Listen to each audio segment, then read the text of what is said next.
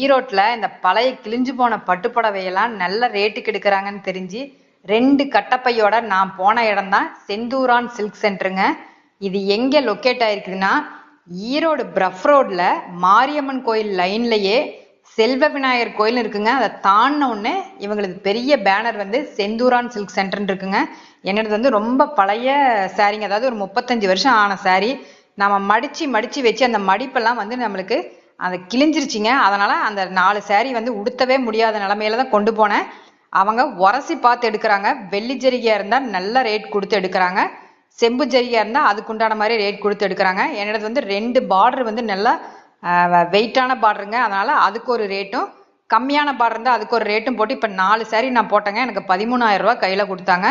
உங்கள் வீட்டில் நீங்கள் உடுத்தாத சாரீ எந்த நிலமையில் இருந்தாலும் நீங்கள் அதை எடுத்துகிட்டு வந்து இந்த கடைக்கு ஒரு தடவை விசிட் பண்ணி பாருங்கள். அப்போ தான் உங்களுக்கும் தெரியும்.